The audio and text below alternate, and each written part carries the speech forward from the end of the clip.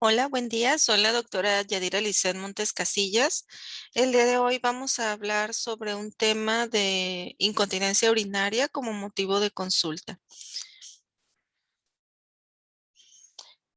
Yo soy egresada de la Facultad de Medicina de la Universidad de Guadalajara, Jalisco. Hice la especialidad en ginecología y obstetricia en el Hospital Fray Antonio Alcalde y la subespecialidad en urología ginecológica también en el Hospital Civil Fray Antonio Alcalde. Recientemente fui presidente de la Sociedad Mexicana de Urología Ginecológica. Actualmente radico en la ciudad de Ciudad Obregón, Sonora, y trabajo en la institución IMSS en el servicio de urología ginecológica, así como la medicina privada en Urofén Obregón desde 2010. Los objetivos de esta charla es explicar el abordaje que hacemos en la historia clínica uroginecológica, así como los procedimientos invasivos en la exploración física uroginecológica y ver el tratamiento conductual de nuestras pacientes para inicios de tratamiento de primera línea. La incontinencia urinaria actualmente todavía se considera un tabú. A veces es difícil que la paciente admita que tiene esta pérdida de orina porque muchas veces se relaciona con el envejecimiento. Entonces, se habla que hasta un 50% pueden tener incontinencia urinaria. Y pues la mitad de ellas solamente buscan algún tipo de atención médica. La incontinencia urinaria de esfuerzo, que es la más frecuente, que hasta un 35% presentan las pacientes. Es muy importante saber que hay varios tipos de incontinencia. La Sociedad Internacional de la Continencia definen como incontinencia urinaria cualquier queja relacionada con cualquier pérdida involuntaria de orina. Si es de esfuerzo, la incontinencia urinaria de esfuerzo siempre tiene relación con algún esfuerzo físico, aumento de la presión intraabdominal, el ejercicio, el estornudo o la tos. Em, en cuanto a las definiciones, es muy importante nosotros como especialistas en el área observar y documentar el signo, el síntoma y la condición que aquejan la incontinencia urinaria de esfuerzo. Si nosotros en los procedimientos básicos de consultorio, al estar haciendo las pruebas uroginecológicas, pues demostramos objetivamente que realmente hay una pérdida. Eso es muy importante para nosotros si vamos a establecer un tratamiento de primera línea o ya sea un tratamiento quirúrgico. La clasificación de la incontinencia urinaria, eh, en primer lugar, yo creo que una de las más conocidas es la incontinencia urodinámica de esfuerzo. Se puede subclasificar de acuerdo a su fisiopatología en dos aspectos: hipermovilidad uretral y la deficiencia intrínseca del esfínter uretral. La incontinencia urinaria de urgencia siempre por prevalencia la vamos a encontrar en personas mayores, sobre todo en la edad de la posmenopausia, donde ya la atrofia genitourinaria puede generar un poquito más de riesgo de hiperactividad. Esta puede ser hiperactividad de tusor neurogénico o no neurogénico. Y cuando se engloban las dos sintomatologías, le llamamos incontinencia mixta. Es muy común que nuestra población posterguemos el deseo de micción y sobrellenemos la capacidad vesical. Esa se llama incontinencia por rebosamiento. En ocasiones llegan a nuestras consultas pacientes que tienen una pérdida urinaria continua y al hacer el interrogatorio encontramos que son pacientes que recientemente tuvieron una cirugía ginecológica y pues la más frecuente es la histerectomía abdominal. Entonces también tenemos que poner atención y descartar alguna incontinencia urinaria extrauretral. En cuanto a la evaluación uroginecológica, es muy importante de primera línea hacer la historia clínica ginecológica, sabiendo que la tumoración pélvica, miomatosis, tumoraciones ováricas anexiales, puede jugar un papel muy importante para aumentar la presión intraabdominal. Entonces es muy importante conocer las patologías que pudieran estar exacerbando la sintomatología urinaria. Los interrogatorios uroginecológicos, sobre todo los cuestionarios de calidad de vida, van enfocados a preguntas muy específicas para conocer Las veces que orina la paciente, saber si está dentro de rango normal. Nosotros lo llamamos como nictámero. Una paciente habitualmente orina de 6 a 7 veces durante su periodo de vigilia y en la parte nocturna, en la parte de la noche, puede levantarse hasta 2 veces. Es muy importante tener recursos como un diario miccional para enfocar y determinar si está dentro de rango normal o si hay algún dato de vejiga inquieta o vejiga hiperactiva. Y así podemos ir discriminando si es una incontinencia de urgencia, pues está caracterizado por nictámeros muy elevados. Es muy importante siempre descartar alguna patología infecciosa. En este caso, para hacer alguna exploración física uroginecológica es muy importante un examen general de orina, un urocultivo negativo. En nuestra historia clínica, para nosotros es muy importante recabar los datos que tuvieron que ver con todo los partos, si tuvieron partos distóxicos, preguntar directamente los pesos de los productos, si hubo necesidad de uso de forceps, si hubo episiotomía, si hubo cristele. Todos estos son factores de riesgo ya conocidos que pueden aumentar y exacerbar el riesgo de una incontinencia, sobre todo de esfuerzo. En el examen físico es muy importante saber el hábitus, si es un hábitus endomórfico, donde su índice de masa corporal pues hay sobrepeso, obesidad, pues tenemos que tener un control en ese aspecto. Sabemos que eso genera un abdomen voluminoso, una presión abdominal más elevada. La exploración ginecológica y la parte uroginecológica que es muy necesaria. La evaluación neurológica. Es muy importante saber los reflejos lumbosacros que estén íntegros y también cosas más específicas de nuestra área, como es descartar pacientes que tienen cistopatía diabética o alguna enfermedad relacionada que pudieran afectar y tener orinas residuales y tener, por ejemplo, incontinencia de rebosamiento. La calibración uretral y bueno, conocer algo de la función renal es muy importante.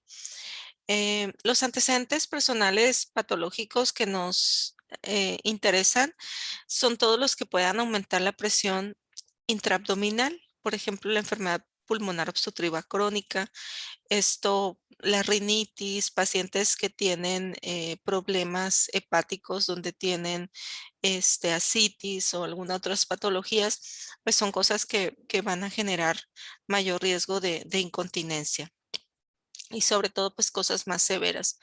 La paciente habitualmente, pues si son de mayor edad, pues es una polifarmacia. Entonces tenemos que documentar y especificar exactamente qué fármacos está tomando.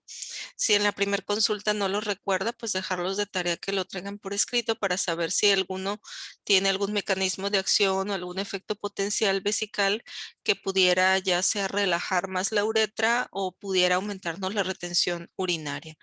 Algunos acrónimos muy importantes que tenemos que tener en cuenta en este momento es importante descartar a lo que llamamos diapers. Eso quiere decir que son causas de incontinencia transitoria que pueden estar de 1 mes a 3 meses. Si las corregimos, podemos lograr tratar a la paciente con incontinencia.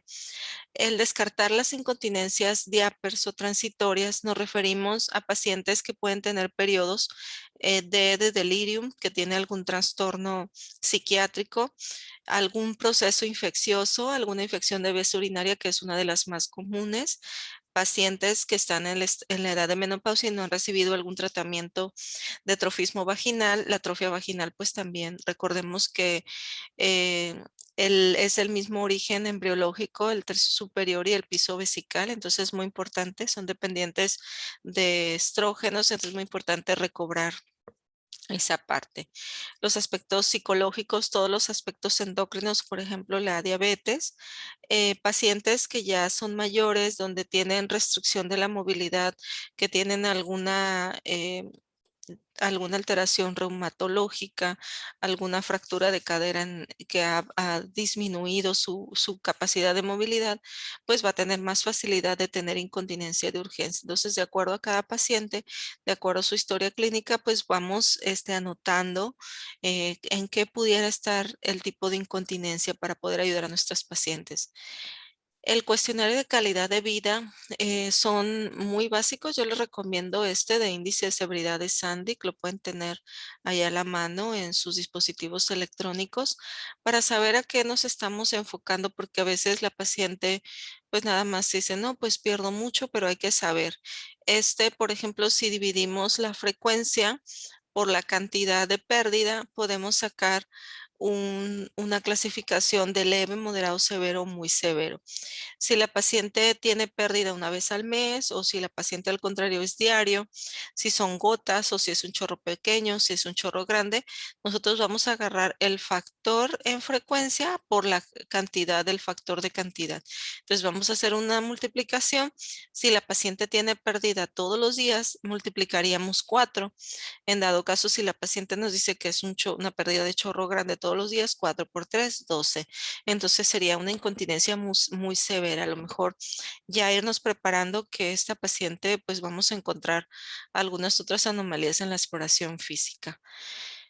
La exploración física, pues ya una vez registramos el tipo de hábitos, el índice de masa corporal, el aspecto general, la movilidad, la integridad mental, ya la exploración ginecológica, sus papanicolau, sus mamografías, todo lo que tenga que ver la evaluación integral de la paciente y empezamos medidas específicas como cuantificar el piso pélvico. El POPQ es muy importante saber si hay algún descenso vesical, si hay algún descenso de cúpula, si ya está histerectomizada. Entonces vamos a ir documentando y clasificando qué tipo de cuantificación de órganos pélvicos o POPQ tiene nuestra paciente. Al momento de hacer la exploración, es buen momento de hacer la escala de Osford, en donde podemos ver qué tipo de fuerza muscular está dentro de el músculo pubococcígeo, que es parte de la integridad del piso pélvico. Empezamos, ya una vez, como les comentaba, de un urocultivo negativo, podemos empezar a hacer, ya que vimos que tiene, por ejemplo, una incontinencia moderada, una incontinencia de leve a moderada y que la paciente pues está buscando tratamiento. Bueno, en la exploración neurológica, esta es una de las partes que tenemos que ver la integridad lumbosacra y la integridad de dermatomos. Esto es muy importante y desde que estamos platicando con el paciente, si es una paciente mayor o es una paciente joven, hay enfermedades neurológicas como la esclerosis múltiple que pudiera también debutar con algún trastorno de incontinencia urinaria. El estado mental, la función sensorial de pica y toca, la fuerza, los reflejos osteotendinosos, la fuerza de elevación. Entonces hacemos una integridad de función motora y sobre todo vemos el reflejo bulbocavernoso, el clitoridio, todo esto lo vamos a ver de acuerdo a la presencia o ausencia del guiño anal. Con estas situaciones estamos viendo la integridad de toda la fisiología de la micción, sobre todo S2, S3 y en el anal S3, S5, ¿no? Hay pacientes que tienen hernias, hernias lumbares y que pues nos pueden favorecer a tener trastornos en la conducción, en la fisiología de la micción. Entonces también es importante documentarlo. Uno de los procedimientos invasivos que en ocasiones, conforme va avanzando la edad, sobre todo pacientes con atrofia, pudiéramos tener disminución o alteración de la calibración de la uretra. Podemos tenerlo como parte de nuestro armamento en la exploración. Puede estar indicado en pacientes que, aparte de la incontinencia urinaria, si empezamos a preguntar si tiene síntomas irritativos, dolor urinario, dolor al término de la micción, problemas de vaciamiento. Entonces siempre tenemos que descartar que exista alguna estenosis uretral. La calibración normal,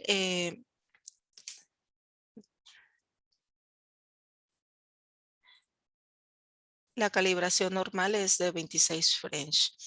Y bueno, dentro de la fisiopatología, la incontinencia urinámica de esfuerzo, podemos hacer este estudio sencillo en el cual vemos la pérdida de sostén de la uretra y clínicamente vamos a ver una prueba de Q-tip alterada cuando estamos viendo una movilidad arriba de 30 grados. Entonces, podemos inferir que esta paciente pues pudiera necesitar en un futuro alguna cirugía. un estudio muy práctico que lo podemos hacer en el consultorio. Todo lo que tenga que ver con pruebas invasivas en uretra y en vejiga, a veces la paciente se sorprende que vamos a colocar una sonda. Las pacientes tienen miedo a que les coloquemos sonda. Hay muchas historias de miedo de que me pusieron la sonda y se me salió y me lastimé y me lastimó y me dejó una cicatriz. Entonces siempre hay que platicar con ellas y estarlas tranquilizarlas, pues que es un procedimiento invasivo, pero que normalmente pues no va a suceder nada. Entonces, en la cistometría simple retrógrada utilizamos solución salina conectada a una sonda, puede ser de nalato, no lo que tengamos en el momento, para ir viendo las sensaciones vesicales y determinar si es una vejiga hiposensitiva, si es una vejiga hipersensitiva, y al momento de las capacidades normales vesicales o los deseos normales del paciente, podemos detener el estudio para empezar a hacer pruebas de esfuerzo. Las pruebas de esfuerzo es muy importante documentarla desde vejiga vacía, vejiga llena, en posición parada, en posición acostada, hacer movimientos de valsalva, de tos, para que podamos evidenciar si hay pérdida de orina o no. Entonces, hay otras formas que utilizamos para también saber cómo, si hay elevaciones o hay datos de hiperactividad, podemos tener un manómetro calibrado y ver si hay presencia de contracciones. Entonces, una vez que desde antes de que hagamos la cistometría, podemos hacer a la paciente que haga una prueba de esfuerzo. Recordar que si tiene prolapso, pues tenemos que utilizar la reducción manual o utilizar algún medio de pesario para poder evidenciar si hay o no problemas. Hay un test, por ejemplo, si vamos a hacer, si estamos pensando hacer una uretropexia retropúbica, podemos hacer un simulacro de elevación de la unión uretrovesical y al momento de hacer esta elevación simulamos lo que haríamos en la uretropexia y vemos que si quitamos y dejamos que la paciente haga el pujo, la pérdida de orina va a ser muy presente. Cuando hacemos la elevación, hacemos el test de Marshall-Boney y logramos corregir, pues es un test que nos puede ayudar a saber cómo nos va a ir al hacer la uretropexia retropúbica. Entonces, en algunas ocasiones, pues tenemos pacientes que nos da un prolapso muy avanzado y hay necesidad de colocar algún tipo de pesario.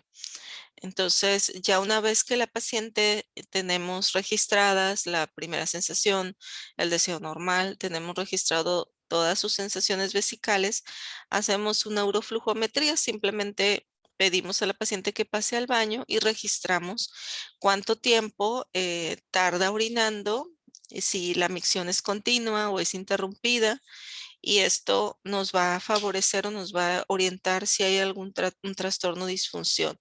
Habitualmente, si vimos que la paciente tuvo un llenado vesical, pues ya tenemos el registro, hacemos una división del volumen infundido y el tiempo en que terminó de orinar y vamos a sacar un volumen. Los volúmenes de 26 mililitros son normales.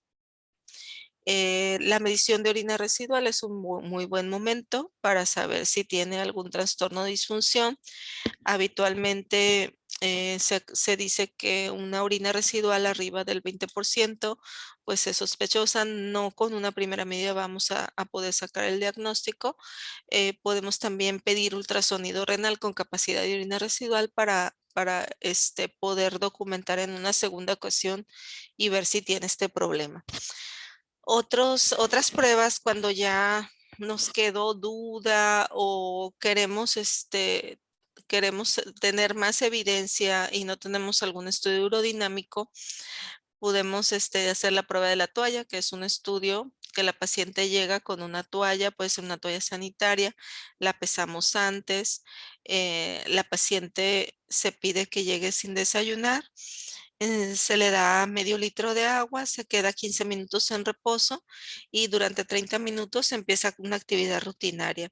Las actividades ya establecidas, la podemos hacer toseduras, a correr, a lavarse sus manos, a levantar cosas un poquito más pesadas de más de 10 kilos. Podemos hacer algún ejercicio físico como subir escaleras y entonces ya tenemos el registro de un antes y un después de las actividades y sacamos el registro que presento. Si la paciente tiene una prueba de la toalla de 2 gramos, pues eso es normal. Si la paciente tiene de 2,1 a 10 gramos en una incontinencia leve moderada, si tiene de 10,1 a 50 gramos en una incontinencia moderada severa. Recordemos sobre todo pacientes que tienen pérdidas muy grandes, estaríamos clínicamente empezando que tuviera una deficiencia intrínseca. No a todas las pacientes las mandamos a urodinamia, sobre todo las que nos quedan dudas. Entonces, ya una vez que hacemos la exploración uroginecológica completa, llenamos una tarjeta de resumen donde ponemos los signos que observamos, cosas muy importantes, saber cuándo fue su último parto, la menopausia, el patrón o el nictámero que tiene nuestra paciente, si hay ardor, si hay molestia para orinar, si hay un sangrado que sea visible o inclusive si pedimos pruebas de examen general de orina, pues ver si hay una hematuria microscópica, si es incontinencia de urgencia, si es de esfuerzo, si es mixta, si es continua, incontinencia fecal, constipación o estreñimiento. Entonces hacemos un análisis y una captura, también el tipo de POPQ es muy importante. Ya realizando un interrogatorio y la exploración física, tenemos una integración diagnóstica que podemos llegar desde el 85 al 90%. Entonces, a la vez, pues ya hicimos los cuestionarios de calidad de vida, ya sabemos qué tipo de afectación tiene la paciente. Si nos queda duda, podemos pedir un diario miccional para que nos oriente más, ¿no? Entonces ya una vez que vemos el cuadro clínico y todo, pues podemos ir aterrizando si es de urgencia, si es de esfuerzo o si es mixta. Recordemos en este cuadrito que si la paciente tiene frecuencias urinarias o nectámeros aumentados más de 8 veces, si habitualmente tiene mucha urgencia por orinar, es raro que se le escape la orina cuando no tiene esfuerzo y habitualmente cuando tiene la pérdida está relacionado con las ganas de orinar y que tiene que correr y la cantidad de orina en una incontinencia de urgencia es muy grande, a diferencia de una incontinencia de esfuerzo que la frecuencia o el nictámero prácticamente pues está normal, no hay relación con la urgencia y pues siempre se relaciona que al toser, al estornudar, al levantar algo pesado o a la relación sexual, sobre todo a la penetración, puede tener pérdida y bueno, pues vamos documentando y diferenciando. En cuanto al flujo-gamma para la incontinencia urinaria, pues siempre pues que pueda existir sospecha de incontinencia urinaria, recuerden que sigue siendo un tabú. Tenemos que preguntar, señora, ¿se le sale la orina, se le escapa la orina en alguna situación? Empezamos a hacer una evaluación básica como las que ya vieron. Cuando vemos que es una paciente que tiene incontinencia urinaria de urgencia, incontinencia mixta o incontinencia de esfuerzo, todas las pacientes empiezan un tratamiento conductual o médico, tratamiento de primera línea. Los tratamientos conductuales o farmacológicos o ya al final lo quirúrgico. Si una vez que ya dimos un tratamiento conductual o nos quedó en la evaluación básica un diagnóstico incierto, complicado, o estamos viendo una paciente con un prolapso de órganos pélvicos grado 3, grado 4, que pues que realmente va a requerir, bueno, pues seguimos haciendo evaluaciones más especializadas. En cuanto a la terapia conductual, es muy importante explicar. Realmente hay muchos pacientes que no saben cómo ingerir líquidos. Es muy importante explicarles que el agua o los líquidos, los irritantes vesicales hay que quitarlos de la dieta, sobre todo para hacer una prueba para ver si hay disminución. Y la reeducación es muy importante, el entrenamiento de hábitos. Si va a tomar un vaso de agua, que sean vasos de capacidad vesical. Si ya vimos que la cistometría, ella tiene una vejiga de baja capacidad, pues hay que dejarle de acuerdo 100 o 150 o los 300 si vimos que tiene una buena tolerancia a los líquidos, y pedir que continuamente pues tenga un vaciado, que no tenga postergar el deseo de la micción, no es adecuado para ella.